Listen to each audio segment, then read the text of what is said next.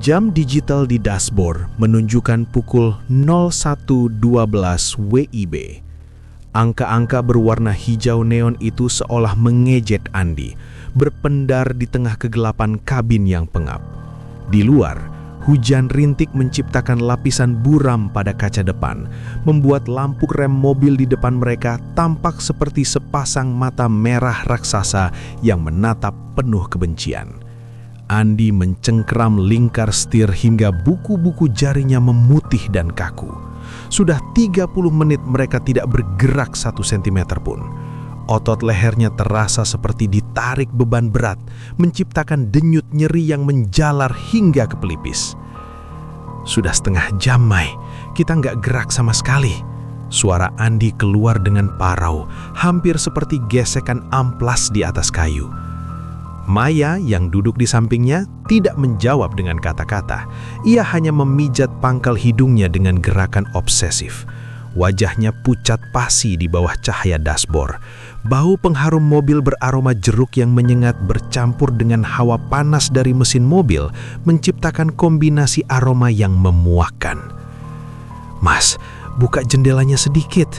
Aku mual banget," bisik Maya. Suaranya bergetar menahan gejolak di lambungnya yang terasa seperti sedang diperas. Andi menurunkan kaca jendela sekitar 2 cm. Seketika, udara dingin hutan yang lembab merangsek masuk, membawa aroma tanah basah yang pekat, bau yang lebih mirip dengan tanah kuburan yang baru digali daripada udara segar pegunungan. "Yah, perutku sakit," suara Riko terdengar lemah dari kursi belakang. "Bukan cuma lapar, tapi kayak ada yang melilit di dalam. Ada biskuit nggak?" Maya merogoh tasnya dengan tangan yang dingin dan lembab. "Habis, Rick. Kamu sudah makan 2 bungkus tadi. Sabar ya, kalau nemu warung kita berhenti." Riko menyandarkan kepalanya ke kaca jendela yang dingin. Sensasi dingin itu sedikit mengurangi rasa pening di kepalanya. Namun rasa lapar itu terus menggerogoti, menciptakan sensasi perih yang membakar di ulu hatinya. "Di sini nggak ada apa-apa, Bu. Cuma pohon. Aku benci bau pohonnya. Baunya kayak kayu busuk." Andi menghantam kemudi dengan telapak tangannya. "Tit!" Klakson itu terdengar sumbang di tengah kesunyian hutan yang menekan. "Sialan, Google Maps-nya muter-muter terus. Searching for GPS. Kita di mana sih ini? Harusnya kalau macet begini layarnya merah, tapi ini malah nggak ada jalan sama sekali. Cuma area hijau kosong." Maya tiba-tiba menegakkan punggungnya. Matanya terpaku pada mobil di depan mereka. "Mas, lihat supir di depan itu. Kamu perhatiin nggak?" Andi menyipitkan mata, mencoba menembus kabut dan kaca belakang mobil di depannya. "Kenapa lagi?" "Dia nggak gerak, Mas. Sudah 10 menit aku perhatiin. Dia nggak noleh, nggak benerin posisi duduk, bahkan bahunya nggak naik turun pas napas. Kaku banget, kayak pajangan." Suara Maya meninggi, ada nada histeris yang mulai merayap di sana. "Ya, mungkin dia tidur, Mai. Kita semua capek," gertak Andi, mencoba menutupi rasa takutnya sendiri yang mulai merambat naik dari tengkuk. "Ya, lihat, mobil depannya mati!" teriak Riko tiba-tiba. Seketika, lampu rem merah yang sedari tadi menyiksa mata mereka padam. Gelap total menyelimuti pandangan. Andi mengucek matanya yang perih, mengira penglihatannya mulai bermasalah karena kelelahan kronis. Namun, saat ia menyalakan lampu jauh, high beam, jantungnya seolah berhenti berdetak sesaat. Jalanan di depan mereka kosong. Mobil-mobil yang tadinya mengantri panjang lenyap tanpa suara, seolah-olah ditelan oleh aspal itu sendiri. Hanya ada jalanan hitam yang basah dan deretan pohon jati yang berdiri tegak seperti barisan algojo. "Loh, kemana mereka?" Andi bergumam bingung. Tangannya gemetar saat memindahkan tuas transmisi ke posisi D. Mobil merayap pelan, memecah kabut yang kini terasa lebih tebal, hampir seperti gumpalan kapas yang menghalangi jalan. "Mas, jalannya kosong. Mas, maju Mas, cepat!" Maya mencengkeram lengan Andi. Kuku-kukunya tanpa sadar menancap di kulit tangan suaminya. "Ya, lihat, di depan kiri ada lampu," seru Riko sambil menunjuk ke arah kegelapan. Dari balik kabut, sebuah papan kayu tua muncul.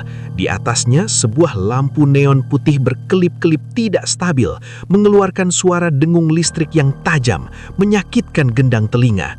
Di papan itu tertulis dengan cat merah yang mulai luntur, "Warung Rasa Keluarga." Andi menginjak rem mendadak. Di tengah hutan mati itu, warung tersebut terlihat sangat hidup. Parkirannya penuh dengan kendaraan, namun anehnya tidak ada satupun orang yang terlihat di luar. Bau harum masakan, aroma bawang goreng, lengkuas, dan sambal terasi tiba-tiba masuk melalui celah jendela. Riko menghirup udara itu dalam-dalam, mengigarkan rasa mualnya. "Bau sambal terasi, Bu, iya, baunya mirip banget masakan nenek." Maya tertegun, ia mengenal bau itu. Itu adalah aroma yang selalu menyambutnya setiap kali ia berkunjung ke rumah ibunya yang sudah meninggal 2 tahun lalu. Rasa takutnya kini bertarung dengan rasa rindu dan lapar yang tidak masuk akal. Andi mematikan mesin. Kabin mobil mendadak sunyi, hanya menyisakan suara detak jantung mereka yang berpacu. "Kita makan dulu, habis itu kita pergi dari sini. Aku sudah nggak kuat, kepalaku mau pecah." Saat Andi membuka pintu mobil, suara engsel yang berderit terdengar sangat nyaring di tengah hutan. Dingin yang tidak wajar langsung menggigit kulit mereka, membuat bulu kuduk berdiri tegak. Mereka melangkah menuju cahaya neon itu, tidak menyadari bahwa di belakang mereka, jalanan aspal yang baru saja mereka lalui perlahan-lahan mulai tertutup oleh semak berduri yang tumbuh dengan kecepatan yang mustahil. Lampu neon di atas pintu masuk warung berderik, sesekali mengeluarkan percikan api kecil yang padam sebelum menyentuh tanah. Andi melangkah paling depan. Kakinya terasa berat saat menginjak kerikil parkiran yang entah mengapa terasa rapuh, seperti menginjak cangkang telur yang kering. Begitu mereka mendorong pintu kayu jati yang berat itu, suara bising angin hutan dan dengung listrik di luar mendadak terputus. Sunyi. Senyap yang begitu absolut, sehingga Andi bisa mendengar suara aliran darah di telinganya sendiri. Warung itu luas. Meja-meja kayu panjang berjejer rapi, dipenuhi oleh sekitar 30 pengunjung yang duduk dengan punggung tegak. Namun pemandangan itu terasa salah. Tidak ada suara denting garpu, tidak ada tawa, bahkan tidak ada suara kursi yang bergeser. Semua orang menunduk, menatap piring masing-masing dengan intensitas yang mengerikan. "Ramai ya, Mas, tapi kok sepi banget?" bisik Maya. Ia merapatkan jaketnya, merasakan hembusan udara yang suhunya turun drastis, seolah-olah ruangan ini tidak memiliki sistem pemanas sama sekali. Andi tidak menjawab. Ia hanya menunjuk ke satu meja kosong di pojok ruangan. Saat mereka berjalan melintasi meja-meja lain, Riko sempat melirik piring seorang pria tua yang duduk sendirian. Pria itu mengenakan kemeja batik kusam yang warnanya sudah memudar. Riko tercekak. Pria itu sedang menyuapkan nasi ke mulutnya. Namun gerakan tangannya sangat lambat, hampir seperti gerakan slow motion. Mata pria itu putih seluruhnya, tanpa pupil, menatap kosong ke arah butiran nasi yang berjatuhan kembali ke piring. "Duduk, Rik," perintah Andi dengan nada tajam yang dipaksakan untuk menutupi gemetar di suaranya. Belum sempat mereka memanggil pelayan, seorang wanita dengan kebaya kutu baru berwarna hitam muncul dari balik tirai dapur. Wajahnya tertutup bedak dingin yang sangat tebal, putih seperti kapur, membuat bibirnya yang merah darah tampak kontras dan tidak alami. Ia meletakkan 3 piring besar di meja mereka tanpa sepatah kata pun. Aroma itu kembali menyerang. Uap panas mengepul dari sayur lodeh dengan potongan labu siam yang performa. Di sampingnya terdapat ayam goreng lengkuas dengan serundeng yang garing, serta sambal terasi yang diletakkan di atas cobek kecil. Ini sayur lodeh nenek," suara Maya pecah. Ia mengambil sendok dengan tangan yang gemetar hebat. Begitu kuah santan itu menyentuh lidahnya, matanya terbelalak. "Mas, ini mustahil. Rasa kunyitnya, gurih santannya, bahkan rasa pahit tipis dari daun melinjonya. Ini persis masakan ibu sebelum beliau meninggal. Riko yang sudah tidak tahan dengan rasa perih di perutnya, langsung menyuap nasi dengan lahap. "Enak banget, Bu. Kayak aku lagi di rumah nenek waktu lebaran." Andi mulai makan, namun logikanya tetap terjaga. Ia mengunyah perlahan, merasakan tekstur ayam yang sangat empuk, namun ada sisa rasa yang ganjil di ujung lidahnya. Rasa dingin yang tidak hilang meski makanannya panas. Saat ia hendak mengambil suapan ketiga, ia melihat sesuatu yang membuatnya membeku. Di bawah meja pelayan berkebaya itu, kakinya tidak menyentuh lantai. Ujung kain kebayanya menggantung sekitar 5 cm di atas ubin semen yang ratak. Andi meletakkan sendoknya dengan pelan, bunyi denting logamnya terdengar seperti ledakan di tengah keheningan warung. Ia menoleh ke arah meja sebelah. Pria tua berbaju batik tadi kini sedang menatap ke arah mereka. Mulutnya terbuka sedikit, dan dari sela-selanya, butiran tanah hitam mulai berjatuhan mengotori meja. "Maya, Riko, berhenti makan," bisik Andi. Suaranya rendah, penuh otoritas yang dibalut ketakutan murni. "Kenapa, Mas? Enak kok." Maya mencoba menyuap lagi, namun Andi mencengkram pergelangan tangannya. "Lihat ke bawah meja pelayan itu, Mai. Lihat kakinya." Andi mengarahkan pandangan istrinya. Maya melirik ke bawah, dan detik itu juga wajahnya berubah pucat. Ia melihat ke sekeliling ruangan dengan lebih teliti. Sekarang ia menyadari bahwa semua pengunjung di sana mengenakan pakaian yang tampak kuno, model pakaian dari era tahun 80-an dan 90-an. Dan yang lebih mengerikan, tidak satu pun dari mereka yang berkedip. Tiba-tiba suara tawa lirih terdengar dari arah dapur. Suara itu akrab, sangat akrab. Suara serak khas seorang wanita tua yang sering mendongeng untuk Riko sebelum tidur. "Makanannya enak kan? Habiskan ya, biar kenyang sebelum tidur." Riko tercekak. Ia memuntahkan nasi yang baru saja dikunyahnya ke atas piring. Namun yang keluar dari mulutnya bukan lagi nasi putih. Di atas piring itu, kini terbesarakan potongan-potongan kecil kain putih yang kotor, bunga kamboja yang sudah melayu, dan beberapa ekor belatung kayu yang menggeliat aktif di antara sambal merah. "Ayah, ini apa?" Suara Riko melengking, penuh horor.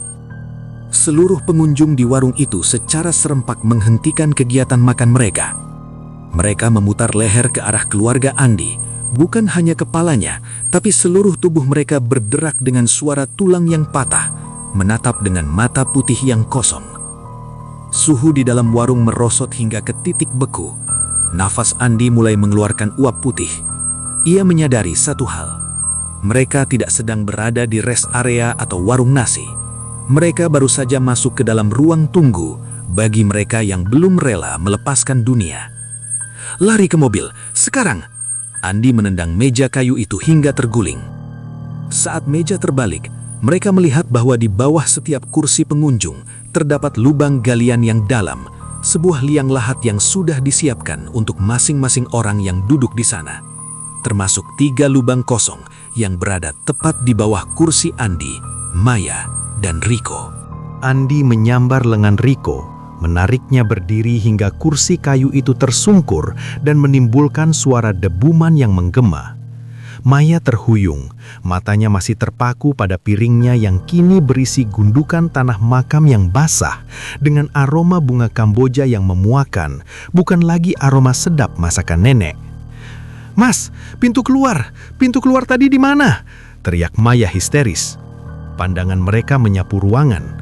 Pintu kayu jati yang tadi mereka masuki seolah lenyap, menyatu dengan dinding-dinding papan kayu yang kini tampak menghitam dan mengeluarkan cairan kental seperti getah busuk. Ruangan yang tadinya terlihat luas kini terasa menyempit. Langit-langit warung merendah, seolah siap menghimpit mereka. Para pengunjung yang tadinya duduk diam kini mulai berdiri satu persatu. Gerakan mereka kaku, berderak seperti engsel pintu yang tidak pernah diberi minyak.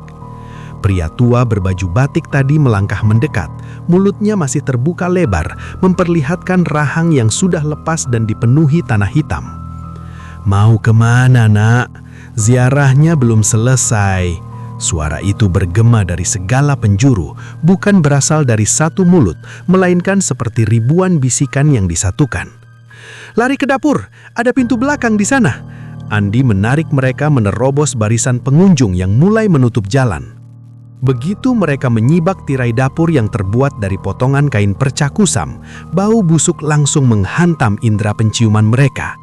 Tidak ada kompor, tidak ada kulkas. Di tengah ruangan terdapat sebuah kuali besar yang dipanaskan di atas tumpukan kayu bakar yang apinya berwarna biru pucat. Andi melihat ke dalam kuali. Isinya bukan sayur lodeh, melainkan potongan-potongan pakaian lama yang ia kenali. Kebaya ungu favorit nenek, kemeja kerja Andi yang hilang setahun lalu, dan mainan kecil milik Riko. Semuanya diaduk dalam cairan hitam kental yang berbuih. "Astaga, mereka memasak ingatan kita," bisik Maya. Kakinya lemas hingga ia jatuh berlutut di atas lantai tanah yang becek. Tiba-tiba, sesosok wanita tua muncul dari balik kepulan asap kuali. Punggungnya bungkuk, mengenakan kain jarik coklat tua. Ia membelakangi mereka, namun tangan keriputnya yang dipenuhi noda tanah bergerak lincah mengaduk kuali. "Nenek buatkan sambal kesukaanmu, Andi. Jangan pulang dulu." Andi membeku. Suara itu identik dengan suara ibunya. Namun ia tahu ibunya sudah terkubur di bawah 2 meter tanah di pemakaman sana. "Kamu bukan ibu. Hentikan semua kegilaan ini." Wanita itu perlahan berbalik. Wajahnya tidak memiliki mata, hidung ataupun telinga. Hanya ada permukaan kulit yang rata dan pucat seperti kertas, namun di tengahnya terdapat sebuah lubang kecil yang terus mengeluarkan suara lembut yang menipu. Riko menjerit saat menyadari kakinya mulai terasa berat. Ia melihat ke bawah. Tanah di lantai dapur mulai melunak seperti rawa, perlahan-lahan menghisap sepatu ketsnya. Lubang yang tadinya mereka lihat di bawah kursi itu mulai terbentuk di bawah kaki mereka di dapur ini. "Ayah, aku gak bisa gerak. Aku tenggelam." Andi tidak berpikir panjang. Ia meraih sebuah parang karatan yang tergantung di dinding dapur. Dengan tenaga sisa, ia menghantam dinding kayu warung yang tampak rapuh. Prak! Papan kayu itu jebol, menampakkan kegelapan hutan di luar sana. "Maya, angkat Riko, sekarang!" Andi menarik kaki Riko dari isapan tanah dengan suara plop yang menjijikkan. Mereka merangkak keluar melalui lubang dinding warung dan jatuh terjerembab di atas rumput liar yang tajam. Begitu mereka berada di luar, mereka tidak lagi melihat warung yang terang benderang. Di depan mereka, di bawah sorot lampu mobil yang entah bagaimana masih menyala, hanya ada sebuah bangunan tua yang sudah rata dengan tanah, sisa-sisa kebakaran hebat yang meninggalkan jelaga hitam di mana-mana. Tidak ada papan nama, tidak ada pengunjung, hanya tumpukan kayu lapuk dan aroma hangus yang terbawa angin malam. "Mas, mobil! Ayo ke mobil!" Maya menunjuk Innova mereka yang terparkir di antara semak-semak tinggi. Andi meraba saku celananya. Kosong, kunci mobilnya hilang. Ia melihat ke arah reruntuhan warung itu sekali lagi. Di atas gundukan tanah yang merupakan bekas meja makan mereka tadi, kunci mobil itu terletak rapi di atas sebuah piring pecah. Di samping kunci itu, ada sebuah foto kecil yang diambil dari kamera Polaroid yang masih basah. Foto itu memperlihatkan Andi, Maya, dan Riko yang sedang duduk makan di dalam warung tadi. Namun dalam foto itu, mereka bertiga tidak memiliki wajah. Hanya ada permukaan kulit yang rata dan pucat, persis seperti wanita tua di dapur tadi. Dan di belakang mereka dalam foto itu, nenek berdiri sambil memegang bahu Andi, tersenyum dengan mata yang bersinar merah. "Ziarahnya sudah selesai, Nak. Kalian sudah sampai." Andi menyadari dengan ngeri, mereka tidak pernah keluar dari kemacetan itu. Mereka tidak pernah benar-benar sampai di warung itu. Ia melirik ke arah jalan aspal itu. Tidak ada jalan, hanya ada barisan Nissan tua yang berjajar rapi sejauh mata memandang, dan mobil mereka terparkir tepat di depan sebuah Nissan yang baru saja digali, bertuliskan nama mereka bertiga. Fajar tidak pernah datang. Kegelapan hutan jati itu mulai bergerak mendekat, menutup jalan kembali ke dunia nyata. Suara denting kunci mobil yang terletak di atas piring pecah itu terdengar seperti lonceng kematian. Andi berdiri mematung, paru-parunya terasa seperti menghirup debu sisa pembakaran.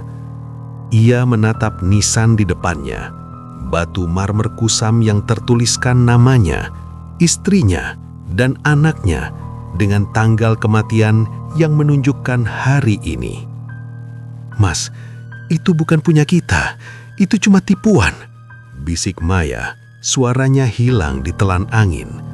Ia mencengkram lengan Riko begitu kuat hingga anak itu merintih.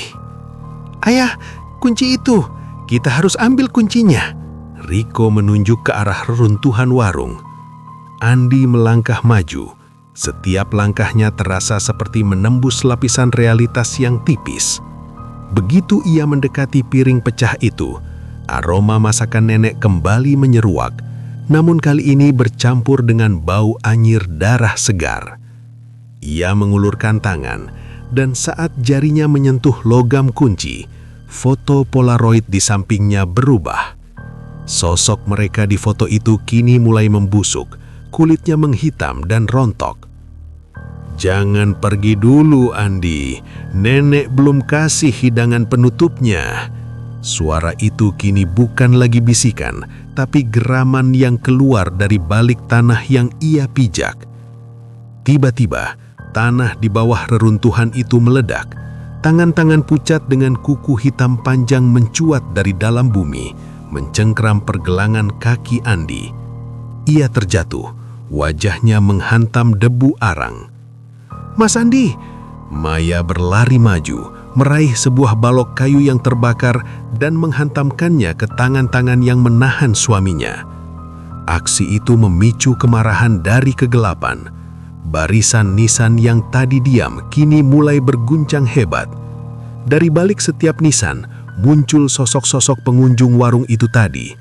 Mereka tidak lagi berpakaian rapi, mereka hanya kerangka yang dibalut kain kafan yang compang-camping, bergerak merangkak dengan kecepatan yang tidak masuk akal. "Lari ke mobil, jangan lihat ke belakang," teriak Andi sambil menyambar kunci itu. Mereka berlari menembus kabut yang kini terasa seperti cairan ketuban, kental dan menyesakkan. Andi menekan tombol unlock pada kunci remote-nya. Cetak, lampu Innova itu berkedip 2 kali, memberikan satu-satunya cahaya di tengah neraka itu. Begitu mereka masuk ke kabin, Andi memutar kunci kontak. Mesin menderu, bat, seolah-olah ada tanah yang menyumbat saluran pembuangannya. Ayo menyala sialan." Andi menginjak pedal gas dalam-dalam. Pada putaran ketiga, mesin menderu hidup. Andi langsung memindahkan transmisi ke posisi R dan memundurkan mobil dengan kasar, menghantam salah satu sosok yang mencoba memanjat kap mesin. Suara tulang patah yang berderit di bawah ban mobil terdengar sangat nyata. Andi memutar balik mobil, lampu jauhnya menyorot lurus ke depan. Namun, jalan aspal itu tetap tidak ada. Yang ada hanyalah labirin pohon jati yang terus berpindah tempat, menutupi setiap celah jalan. "Mas, lihat jamnya." Maya menunjuk dashboard. Jam digital itu tidak lagi bergerak maju. 0112. Waktu berhenti tepat saat mereka memutuskan untuk mampir ke warung itu. "Kita nggak pernah keluar dari jam 1 malam, Mai," bisik Andi dengan realitas yang mulai menghancurkan kewarasannya. Di tengah keputusasaan, Riko melihat sesuatu di kaca spion tengah. "Ayah, nenek di sana." Di tengah jalan, berdiri sosok wanita tua berkebaya ungu yang mereka kenal. Ia tidak mengejar, ia hanya berdiri diam memegang piring yang berisi nasi putih hangat dan sambal terasi. Ia tersenyum, sebuah senyum yang penuh kerinduan namun mematikan. "Kalian lupa membawa bekal untuk perjalanan jauh ini." Andi tidak berhenti. Ia memacu mobilnya lurus menembus sosok nenek. Detik saat mobil menghantam bayangan itu, terjadi ledakan cahaya putih yang membutakan. Sensasi gravitasi mendadak hilang, membuat mereka merasa seperti jatuh ke dalam sumur tanpa dasar. Sinar matahari pagi yang pucat menembus kaca depan yang retak. Suara kicau burung hutan terdengar jauh lebih nyata daripada suara-suara semalam. Andi terbangun dengan kepala menghantam setir. Ia melihat ke sekeliling. Mobil mereka terparkir di pinggir jalan alternatif yang sempit, tepat di depan gerbang pemakaman umum desa yang sudah tua. Tidak ada macet, tidak ada warung, hanya ada gerbang besi berkarat yang sedikit terbuka. "Mas, Rick, bangun!" Andi mengguncang bahu istrinya. Maya dan Riko terbangun dengan napas tersengal-sengal. Mereka saling pandang dalam diam, mencoba meyakinkan diri bahwa mereka masih hidup. Kita cuma ketiduran karena capek kan, Mas?" tanya Maya, suaranya sangat kecil. Andi tidak menjawab. Ia turun dari mobil, kakinya gemetar saat menginjak aspal. Ia melihat ke arah ban mobilnya. Di sana, tertempel sisa-sisa tanah merah yang masih basah dan beberapa helai bunga Kamboja yang terjepit di antara velg. Ia berjalan menuju bagasi untuk mengambil peralatan ziarah. Namun saat ia membuka pintu bagasi, ia membeku. Keranjang bunga yang mereka siapkan dari rumah kini sudah kosong. Sebagai gantinya, di dalam keranjang itu terdapat 3 piring porselen yang masih bersih, berisi nasi putih, sayur lodeh, dan ayam goreng yang masih mengepulkan uap panas. Aromanya memenuhi udara pagi itu. Andi menoleh ke arah makam nenek di dalam gerbang makam. Di atas nisan nenek yang bersih, terdapat catatan kecil yang ditulis di atas potongan kain kafan. "Terima kasih sudah mampir makan semalam. Hati-hati di jalan. Pulangnya jangan terlalu malam." Andi masuk kembali ke mobil, mengunci semua pintu, dan memacu mobilnya menjauh secepat mungkin. Di spion tengah, Andi melihat sosok wanita tua berdiri di depan gerbang makam, melambaikan tangan dengan pelan, hingga akhirnya sosok itu hilang di telan kabut pagi. Jam di dashboard berkedip, 06.00. Waktu mulai bergerak lagi, tapi mereka tahu, sebagian dari mereka telah tertinggal di warung nasi tengah malam itu selamanya.